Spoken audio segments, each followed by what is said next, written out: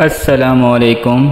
एक औरत ने अपने शोहर का मोबाइल चेक किया तो इसे 3 नाम बहुत मशकूक लगे। मेरी जन्नत, नसीबों वाली, जाने मन। जाहिर है ये देखकर उसका पारा 7वीं आसमान पर चढ़ गया। इसने फौरी पहले नंबर मेरी जन्नत मिलाया तो दूसरी जानिब से इसकी अपनी अम्मी यानी शोहर की सास ने जवाब दिया। फिर इसने दूसरा नंबर नसीबों वाली मिलाया तो दूसरी जानिब से इसकी छोटी 8 साला बहन ने जवाब दिया। जब इसने हैरत से तीसरा नंबर जाने मन मिलाया तो इसका अपना फ़ोन बज उठा। बीवी के आंखों में आंसू बर आए। इसे खुद पर इंतहाई अफसोस हुआ कि क्यों इसने अपने मासूम शोहर के किरदार पर शक किया। इसी पछतावे को कम करने के लिए इसने अपने प्यारे शोहर को पिछले माह की अपनी सारी तनख्वाह तोहफे में दे दी। शोहर ने इसी पैसे से अपनी गर्लफ्रेंड के लिए तोहफा खरीदा जिसका नंबर इसने अपने मोबाइल में बशीर इलेक्ट्रिशियन के नाम से महफूज कर रखा था।